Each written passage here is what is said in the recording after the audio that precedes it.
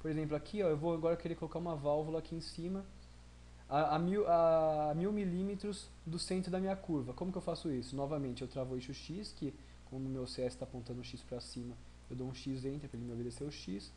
Eu posso pegar o front novamente do centro da minha curva. Eu poderia pegar inclusive esse centro aqui, pois ele vai me ignorar essa coordenada Z que eu estaria andando aqui, porque ele só está andando para X. Então eu posso pegar, por exemplo, daqui, apontar para cima, falar que eu quero 1000 milímetros. Ele já me para meu CS a 1000 milímetros do centro aqui de baixo até aqui. Dou um comando P de peça, ele vai me abrir de novo o meu diálogo de peças, onde eu vou estar selecionando, por exemplo, uma válvula esfera, que ele está me dando aqui todas as características dela, o diâmetro, tudo. Está me falando, inclusive, ó, aqui de centro a centro eu vou ter 1000 milímetros. Ok. Ele vai me pedir agora, repara, nunca pode deixar de estar olhando aqui na linha de comando, que é onde ele está me mostrando os próximos passos. Entre com a direção Y principal. Esse Y principal seria o sentido da minha haste, da minha válvula, do meu atuador, enfim, do tipo de válvula que eu tiver.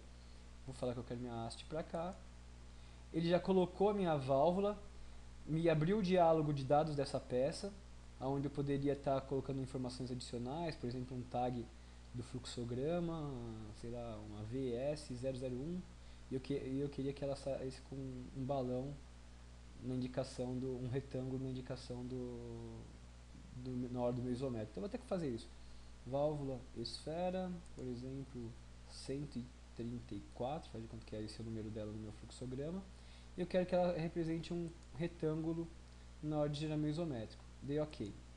Outra coisa que eu quero mostrar para vocês é, como eu disse na hora que eu estava falando da spec, sobre as extremidades inteligentes do sistema. Então, quer dizer, o que ele percebeu aqui? Eu tinha colocado uma curva e pedi uma válvula esfera de face flangeada, 150 libras com ressalto. O que ele fez? Ele percebeu que se eu colocasse só a válvula aqui e interligasse com um tubo direto na válvula, eu não conseguiria fazer essa conexão, porque eu não poderia simplesmente encostar o tubo na extremidade flangeada da minha válvula. O que ele colocou aqui automaticamente? Os flanges, no caso a pestana com o flange solto, e a junta na mesma classe de pressão correspondente a ele. Então ele tem essa inteligência e que te ajuda muito a não selecionar. Por exemplo, eu estou trabalhando numa classe de pressão de 150 libras e vamos supor que nessa spec tenha as duas classes de pressão na minha spec. Por exemplo, sei lá, eu tenho 150 libras e 300 libras. Então eu não conseguiria misturar uma válvula 150 libras com um flange de 300 libras, ou uma válvula face plana com uma junta para face com ressalto, uma flange para face com ressalto. Então ele também vai nos auxiliando a selecionar a peça certa, né? Sem a gente ter problema depois de compatibilidade entre as peças. E, lógico, ele te avisa, se você tiver ciente do que você está fazendo, ele deixa você colocar errado. E depois ele também ainda gera um relatório de consistência de extremidades, onde ele vai estar sempre te avisando, ó, aqui você colocou 150 com 300 libras, mas sei lá, talvez tenha alguma necessidade para fazer esse tipo de coisa, não nesse caso, mas em outras situações talvez tenha a necessidade. Enfim, aqui por exemplo, repare o que eu vou fazer agora, eu poderia colocar, como eu estava mostrando, peça, uma junta, colocar novamente uma peça, a minha pestana. Seria um modo de eu colocar peça por peça no sistema, como vocês já viram até aqui. Eu também possuo o undo no cast. Eu posso ir tirando essas peças. Dentro do comando rota, eu dou um U, Enter, eu tirei a pestana. Eu dei um U, Enter, eu tirei a junta. Eu poderia também ter colocado essa junta e essa pestana de uma outra forma. Como eu sei que ele tem essa inteligência nas extremidades, o cast, ele sempre que eu andar para frente, vai estar pensando em tubo.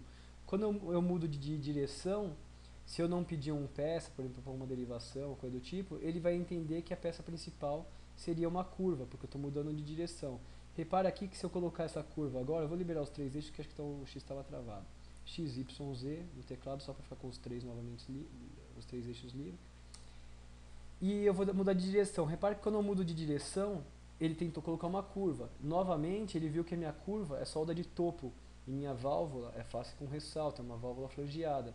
Ele já automaticamente me colocou então a junta, a pestana e o flange solto compatível com a extremidade da válvula. E agora fala assim, mas essa curva eu não quero ela, eu usei esse recurso só para colocar as peças compatíveis da válvula. Então eu vou dar um undo, eu consigo tirar essa minha curva. Eu posso chegar também numa elevação, por exemplo, eu quero subir a linha num determinado nível e eu não quero, por exemplo, falar de novo from daqui 2000 para cima, por exemplo. Eu quero ir com a minha linha numa determinada elevação que eu sei que eu tenho que andar com ela. Então o que eu posso fazer? Eu tenho um outro subcomando, aquilo que eu falei, é muito prático, é muito intuitivo.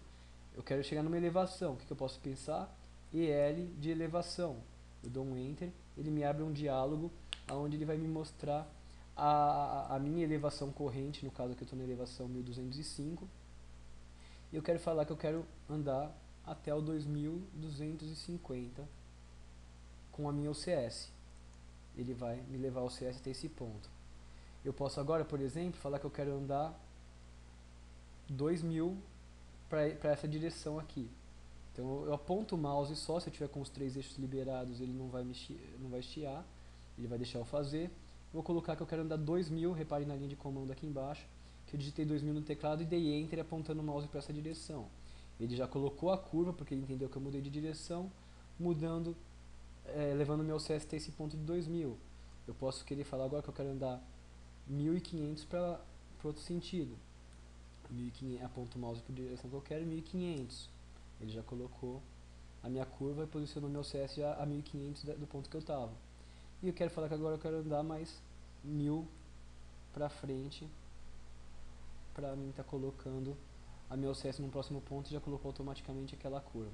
Então eu estou com o CS nesse ponto aqui, eu vou supor que eu tivesse um outro bocal de interligação aqui, eu poderia pedir a minha pestana, né, e a junta, ou então se eu pedir a junta direto, na verdade ele vai entender que eu não posso encostar o tubo na junta e vai me colocar a minha pestana compatível também.